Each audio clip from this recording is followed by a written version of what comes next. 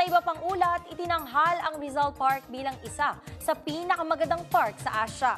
Batay ito sa ginawang survey ng isang leading hotel booking site ng Asia, ang Agoda Company Pte. Limited.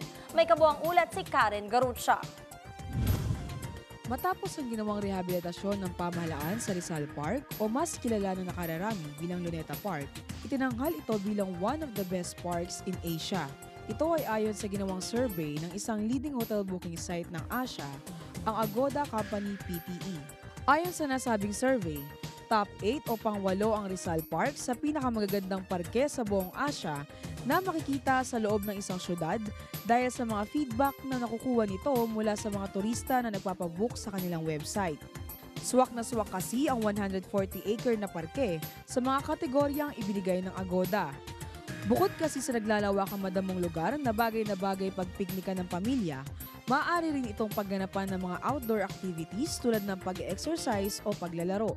Nagbibigay rin ng pasyalan ng oportunidad upang magkaroon ka ng quality time at relaxation kasama ang iyong mga mahal sa buhay, malayo sa maingay na syudad at iwas stress sa matinding trapiko.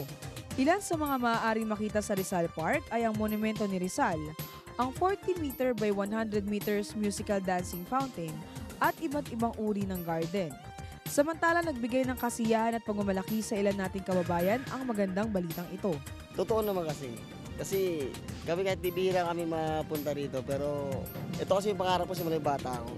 Kaya napuntahan ko, talaga masabi ko maganda talaga. Yung improvement talaga maganda kasi marami silang binabago eh.